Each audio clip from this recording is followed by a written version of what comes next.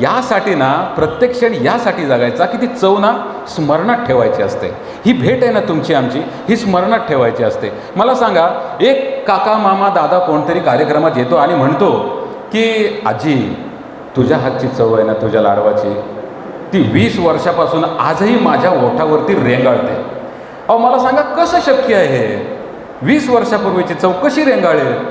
सकाळी ब्रश केलं का गेलं ना सगळं. पण ते का, तर त्याने ती स्मरणात ठेवलेली असते. त्या चवीचा आनंद तो स्मरणात घेत असतो. ती खरोखर थोडी ओठावरती रेंगाळते. तशी तुमची ही जी भेट आहे ना, ही खऱ्या अर्थाने जर तुम्हाला फ्रेश करायची असेल तर घरी गेल्यानंतर शांत याचा विचार करा.